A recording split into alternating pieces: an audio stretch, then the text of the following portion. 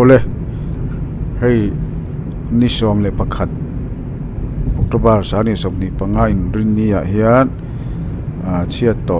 thilawangin khozola kan han kala ti chuanin kongte kan han chik chawa video ten kan han cover chawa hei kong an leitir kha chuanin mam tha em vek mai kha ania tlan chak deuh vek kha an ni a kolai hun po kha a thaviau maya amar chu ruate lo sura furte lo nia kong an che chowa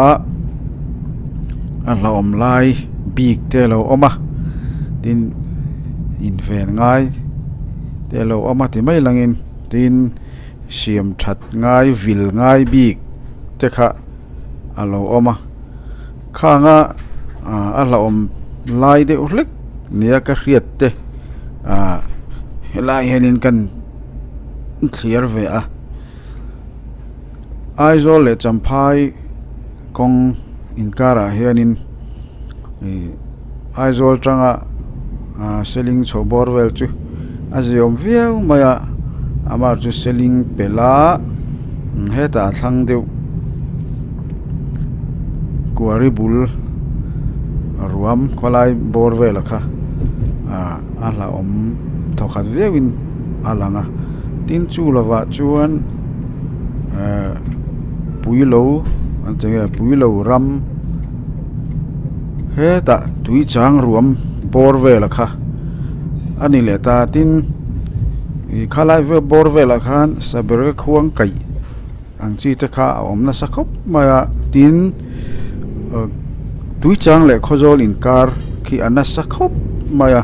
vilpo angai don khop ma helai hi chu abik takin khwai lui borwer phei khi chu anasa e maya tira tang khan siam zo tira tang deuh tho khanin anasa a that ni re hi anei rawa a Hlauhawm em reng maya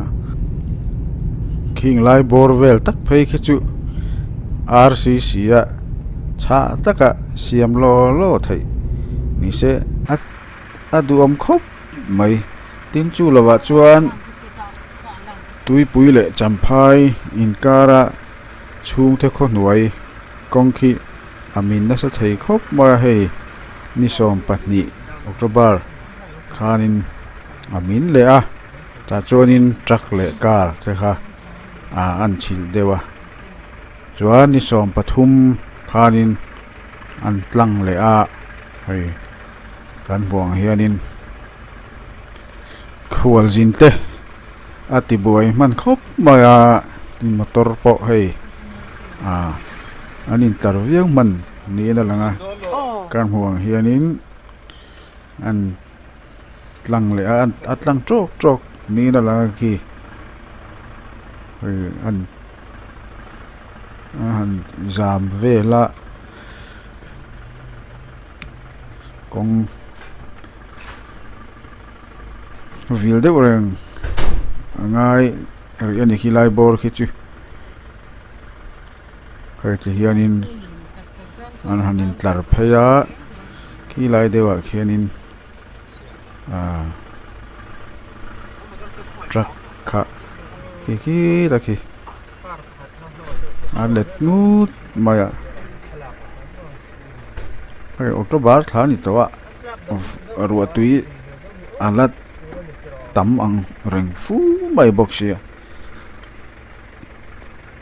ko zinte tanin a thlapan thinang reng khop maya ki truck chu na let lut maya car kha chu amai an la chuak thei maya amar chu truck khi tikhian la omari ani khi hi ni som le pathum thasom san som ni panga thotan ani chu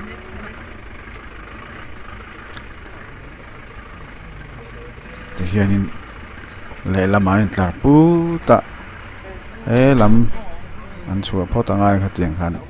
October thla po ti hianin an la buai nak ri ani Champhai road lama po helai bor hi seling thang lok kuari omna thin kha ni ya ngai leite an lo tlale a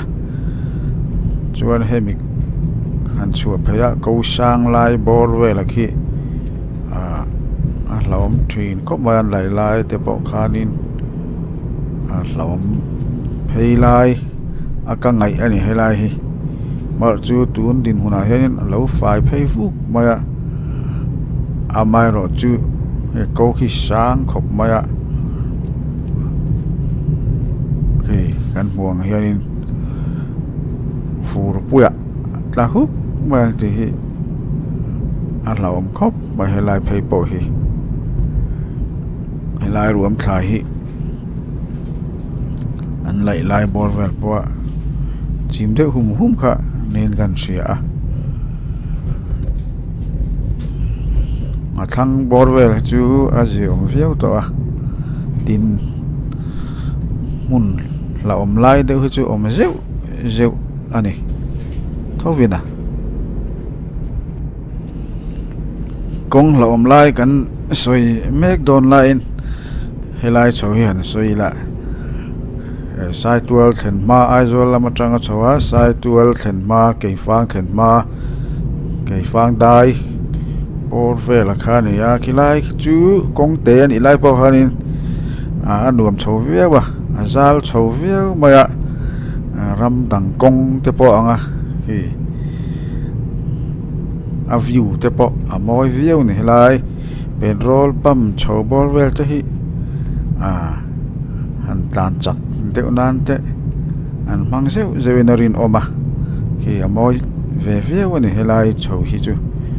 Aizawl tha nuama an lai ma po khan helai hi chu an kwal chin te po ha an tlan chak chho viau ni a chuk chho khanin Aizawl lama kal po tin Aizawl tanga Champhai lam pan po helai chho hi chu tlan chak an ma ni to ka theu khan an tlan chak chho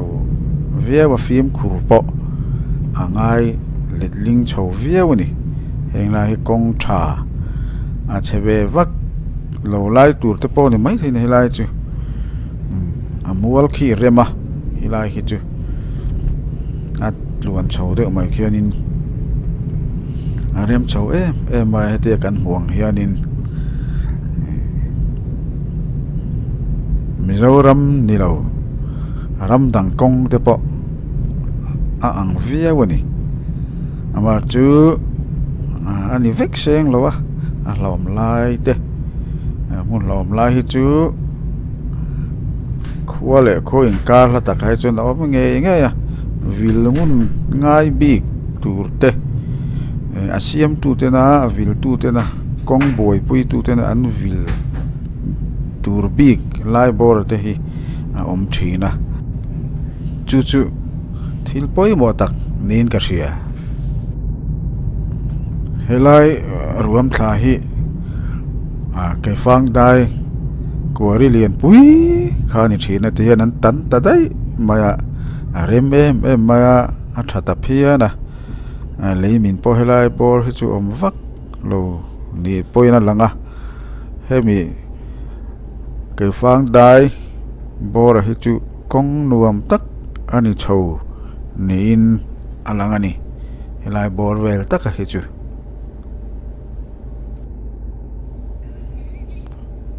helai bor vel hi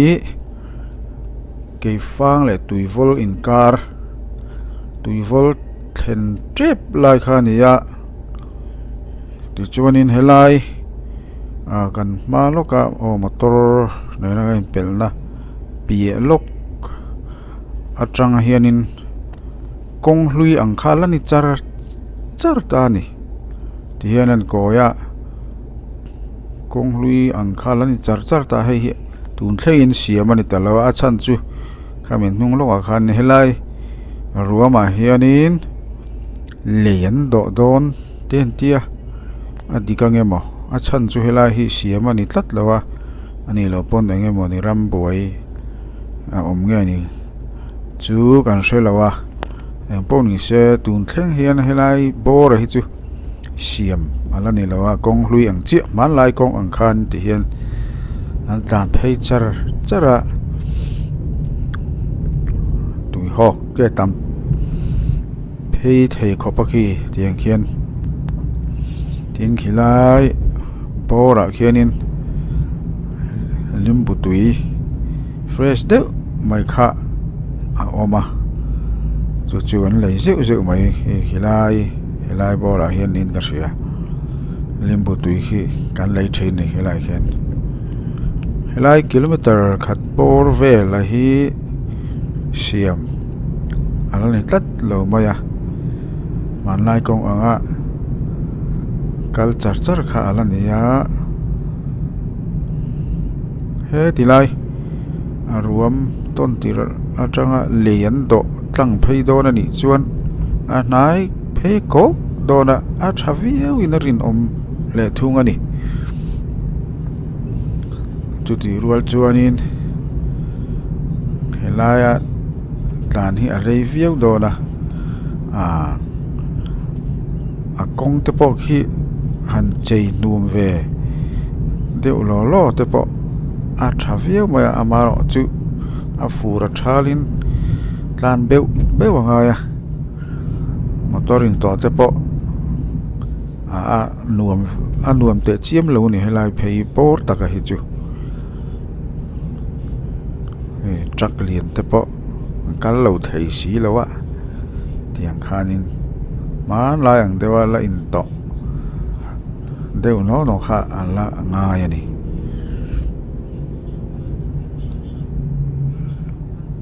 a thui chu thui lutuk lawa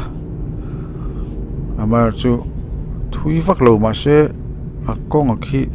mam sela tha sela adu om khop maya lai ani don lo poin he ti lai lein siam chung kha chu han chei num ve tho ni ta sela a lei chua ta khi ruwa surin diak em maya thala khu phei em thunga helai bor phe hi han ti lan sim hi kan du dewani ati lai bor hena to pa alo zau le maya ti hian kong chu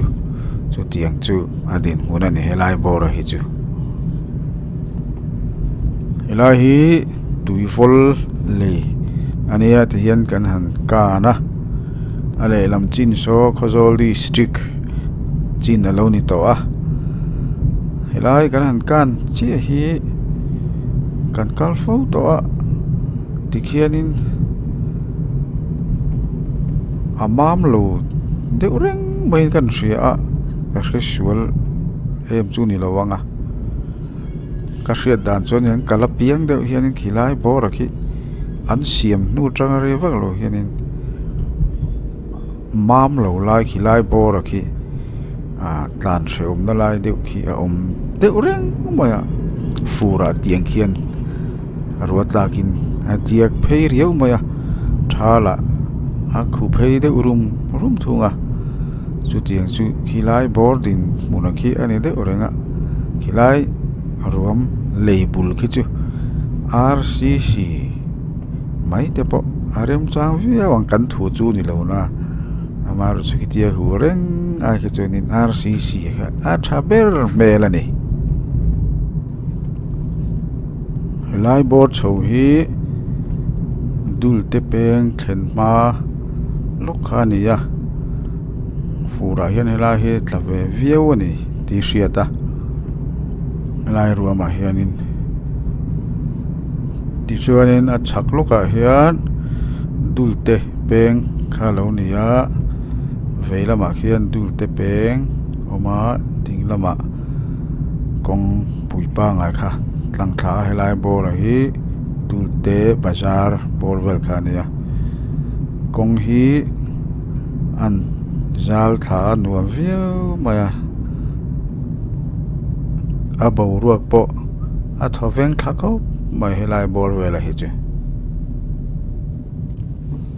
pui lo kan pel thla he ta khu ta tui chang thlen ma hret ruam thla bor vel kha tiang hian lo om ta ni a ma lo atang hian om thla a saber khuang kai ang deuh khanin he ta ko pang atang hianin aron bei thana sa hle mai lo ne helai thla hi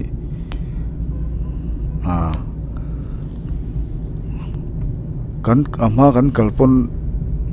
helai bor hi chu alo tina sa ve ama ro chu tun tum chu ana sa le zual khop maya a Hlauhawm khop ina lang helai hi tun nu zela po he tlang deuh hianin a che thla ni na lang tlat maya hetia kan buang hianin chaklam atang khianin aron be thana sama he chir dum ron la ala ron tol pur maya a thang lo a khon leyan siam kha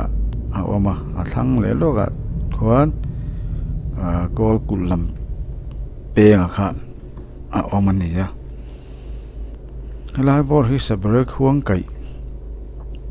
kan ti ang deuh khanin atol thaviau ni na lang tlatan khi lung lian pui den chop thla khi lai khi lei chak jok te khania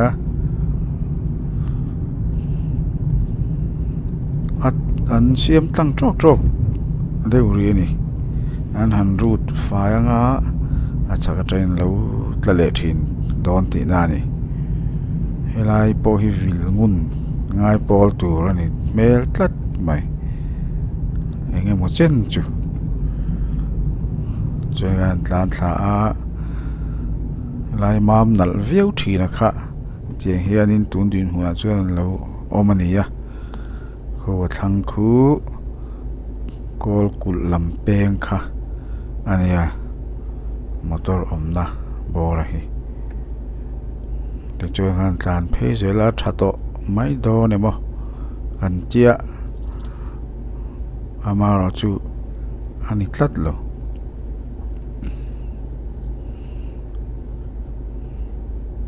tiang hianin aron tol thapur maya helai bora hi atlang oi em ni si lo hianin an lei hi an nip viau nge moni don ni kong te ni lai po khan helai bora hi adum riau tlat tui chang then phei trep lai bora kha hetia an le nu po hian tui dul riau maya nakina phei chon helai poi RCC ata na thate lo mai tu ro mang te hi nei na lang tlat ani ti hianin arwa tui tlak chuanin atlak tam de chuanin Hlauhawm tham ko pin tiang hianin lein a chia pia tatlat maya thalan lo nianga a khuvia wanga an siam anga amam tak manangem o ti the hialani tui chang thleng rok hianin kong hi a thavak lo phei tlat tran maya ti chuan tui chang lei kar han kan fela lai bora hi an siam lai po a upurom em chau kha ania chan chu hei lung bang khi turu tak mai kha ni reng a hi ta chaka train ti hen lei hi aron tla le thina lai bor hi Hlauhawm ve via mai khi waterfalls chete te kharon chuk thawe tlat maya tui kho tha te hen ko pang lung khi chu that mel khop ina langa maro chu leiron ta hi anasani abik te i hemi tui chang le khojol inkar bor hi leimin tam maya te hianin karhan kavara chhozela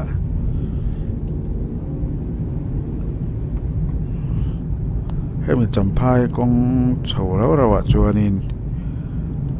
tun tin huna pe chun a leimin tam na lai tak ani chho tlat mai thiar tham tak mek mo hianin a om chho tlat mai helai bor chho hi khoi lui bor deuh mai kha a chet zual deuh lai tura kha ngai tak na ma ro chu alo tam maya ta heng lai te po hi ta thar lam tak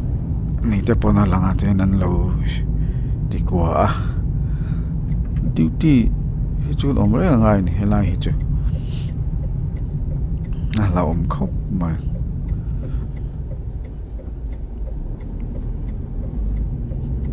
ti na ko pang chho re hi a sang em chho vek maya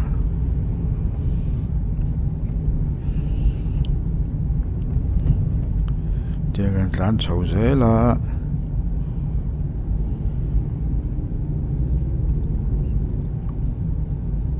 leina bo lungina bo leiron tla lung ron tla Hlauhawm lai bor vela kha kan han khom de uleka Champhai le tui pui inkar bor kan soi to ang khan chung te nuai bor vela kha ani tho boka chumi ti lo azon khazol le tui chang inkar chho hi anasa reu tlatani ti lai selling bor vela kha chu khatiang khanin a le lama chu ron talo phian boka lai chawa hi chu rin ai na satlat maya tiang khian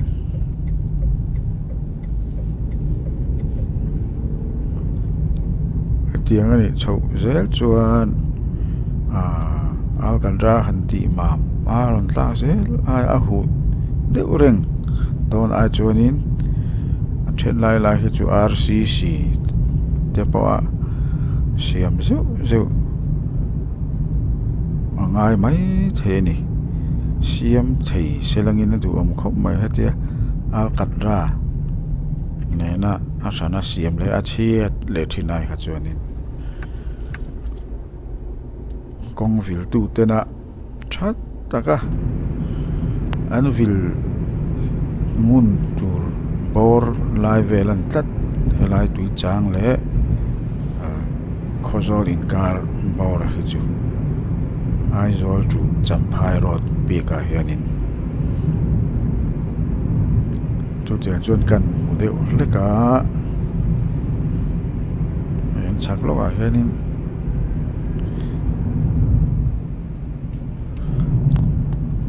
a chelai a chebik Aizawl lai khwai lui ruam bor vela kha ki lai lo va de uvung bulki ni to a chumi thlen ma atang chuan hei tiang hianin Hlauhawm takin ain chop lian thei khop ma lung ron tla the then chuan an lo chhira lung tha deuh te haran nan chua le loya a lung bor vela khe chu lian tak khe chu lung lak tak te po ani tlat thunga chuan helai bor chho hi khoi lui ruam chho chu nin kan ria tiang khian thlang khi chak lama tang lei ron ta khian aron bo deuh vek to ma siam ngai na vakam atui dul mani helai bor he chu khoi lui bor vel khan ya helai bor chho hi chu RCC vek thầy sẽ là chú gì ông mấy thầy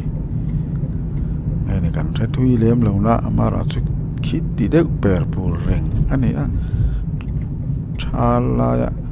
cha là lâu niang à mình tin nguyên xiêm chỉ khá ngày tuổi thăm ta cái này chân chú chặt lắm khi lúng liền bụi in chụp khi lại lết lia mà khi anh cái anh ta ra bao nhiêu Hlauhawm lại anh chuan anh ta ra cái tụi nó cần chậu lại mấy bộ khiên tiền khiên anh lâu khỏi anh yang tin mình lâu tăng á tiếng rì tụi riêng mình chia lâu chụp lại thế ông phó ta công giáo bùi nị xì khiên ai lệ thấy tắt lâu mà chú tiền chú khi lại bỏ tặng tiền muốn kia nè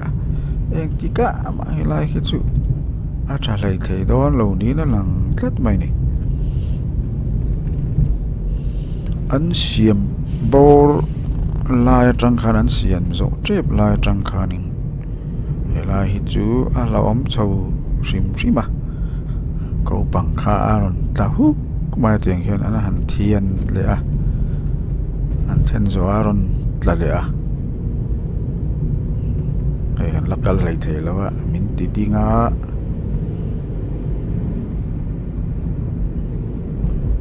là rồi chụp anh ông nghe này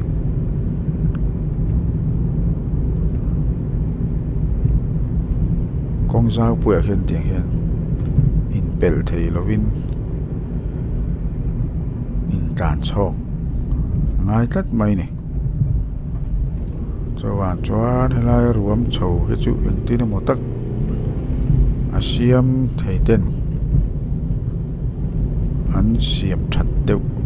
ngày tuổi na anh sen đều tập bỏ ngày tuổi này tất hay là bỏ rồi chứ con trở lại lá ra chuột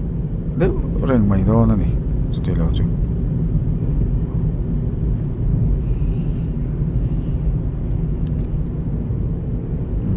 anh chầu dễ tay là chẳng khen cái tia camera là akan mo ang ngot khi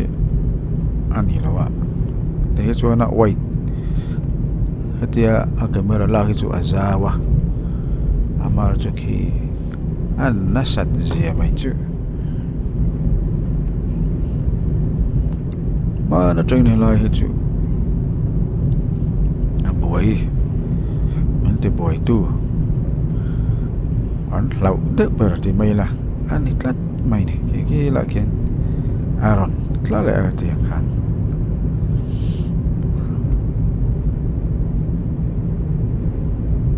alle nó kia hắn chắc được lách bọc nè trang chuan lì thong đều khi nên motor te han tlan ti ra lì te Aaron chill về cả chú tiền chú khi lại quay lùi điện muốn kia nè anh ấy đâu rèn đón point alang ani lát mai nè Champhai Kawng anh soi đâu bel cho nên quay lùi bao là hết anh lệ bel anh này anh can thấy cho nên anh phèn hốc dễ lắm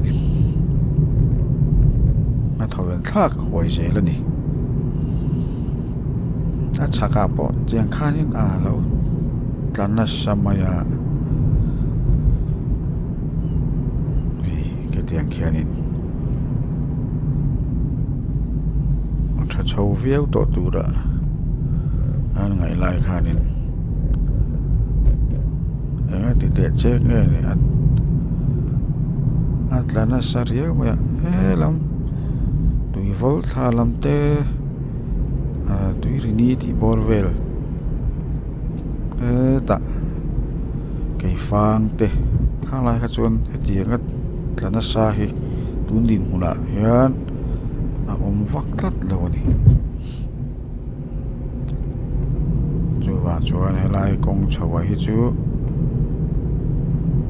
tu nu zela po an vil tur bi an vil ngun tur bi point ani tlat maya kong hi ro pui hian in ati ping zeu don ni na lang tlat ani hei helai chho helai tak te po hi amam hlei thei to lawa ki da tang khenin ro sur chona ron tla zela di mam hlei thei ani tlat to la mai ti nan tha la heng lai te po hi han define RCC tai ta se la fura ron tla le thin ma se la ka tianga define khanin te batlan rom lo Pony se al kan ra te ai kha chuanin a zi om thengem o ti te ril ruwa chuan oma khalai bora po kha a chelai district ani ta de reng mai ni tun lai bor vela po hianin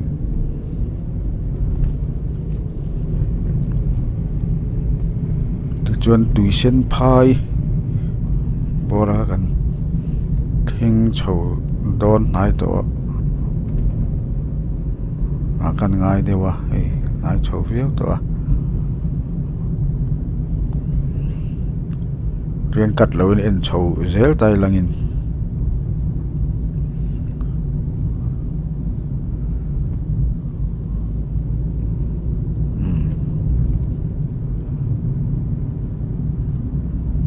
kong tak kha chu khi lai khi ne lai an lei vu chu la hianin an tlan thei mai a tiang hen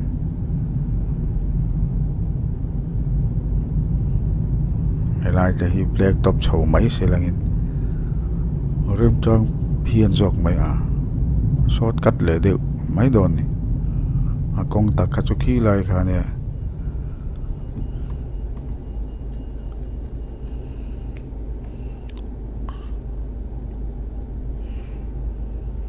chuanin tlan chho zela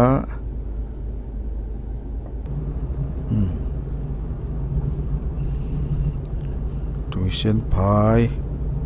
kan thleng chho tre pa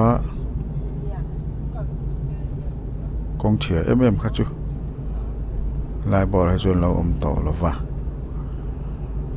lai hian check gate kha an oma police check gate kha oma tuition phai phayan nia ta chuan ke ni hi khozol kong lama original kong ti mai langin kong te lama khan kan phei do na Champhai road kha chu vei lama khian atlang chho zela ti chuan ke ni chu kong hlui lama kan han tlan phei ta a kan tlan phei tira ta hianin tui hok luan ngai na khelo kha di hi ani ringo ma la chu en kol vak to lo ti kha Hriat de ma ya dai phei buan mai te hianin a ke silang kan tia ni en kol mu mal lu tuk to lawin a ome mon chu o ti thei ania tha lai chu tlem chu ala om thawa helai phei po hi nakina thal vela thataka siam le te po a thul ve thawni khai lui ruwa me mate mai tur ni ri tat kong la tu ya luang tul maya kong lui ni na la lama athala ma li khanan tlan tam to do na wa chon helam hi enga mo te lo kha chu an tlan vak don lo va tu ya tling pum maya ta chak la ma tran khen aran luang tha a motor om na lam ro ma tran khen ding lam chak lam atang hian ron luang tha eng khui lam tui hok nge ni ron luang tha dul maya chuan kong hlui lam te pawh han soi zel tai langin khoi zui lem lo ani ti kha a lang deuh mai in a hriat a mar chu hei hi a tet a hian chei that a chei chhun zawm zel siam that ve zel kha a ngai tho ani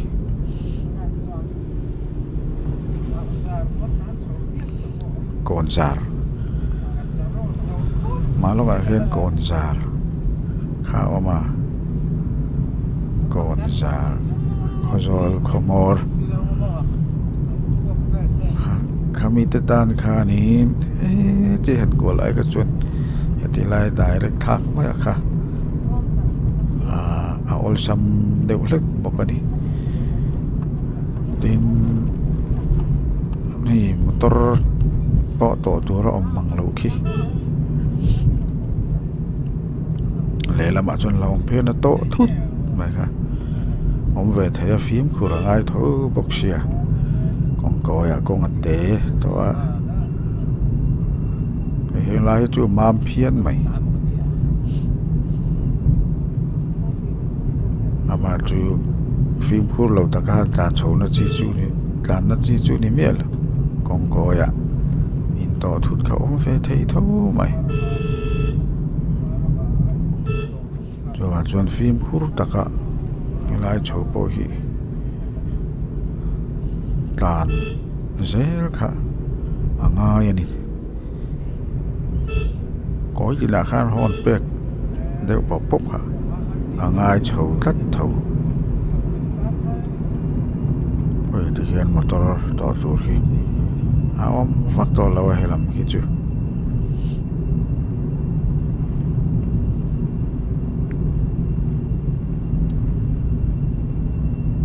kong ro ke chu thei anga chei nu ve tho kha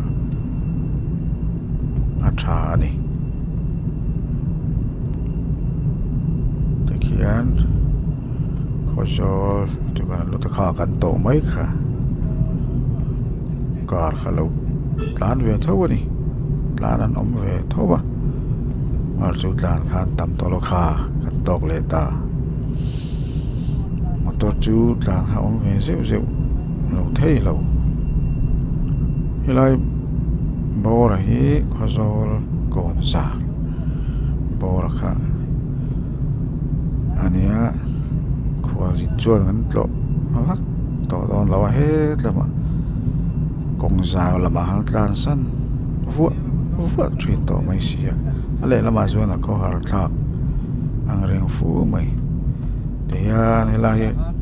kon zar hei bor vel kha an nia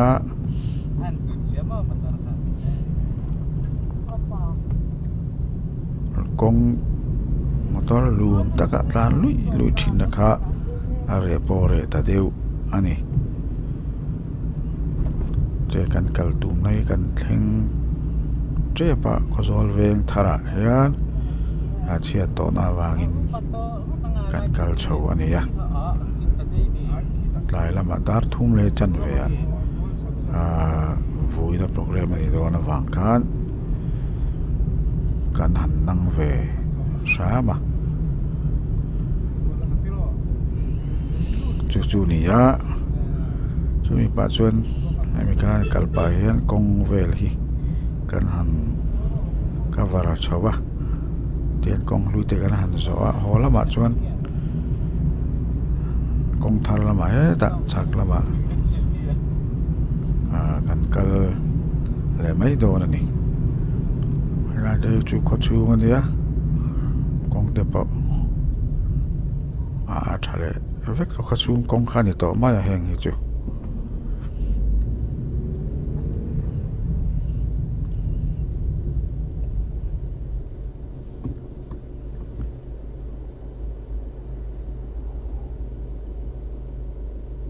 khozol veng thar khen don trep thlengin kan cover phei top maya chuan kan pai ui dewa te hianin kan en chho ta zel ni hi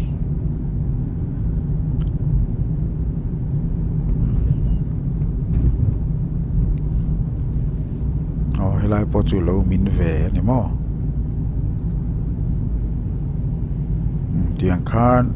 api lok khi khozol veng thar chu ni to a tiang khan kan kong chung cha vel kan han soi chowa kan ngai dan te ai nang vek herlo wanga amaro chu ril ruwa kan pai te kan han soi cho ve ani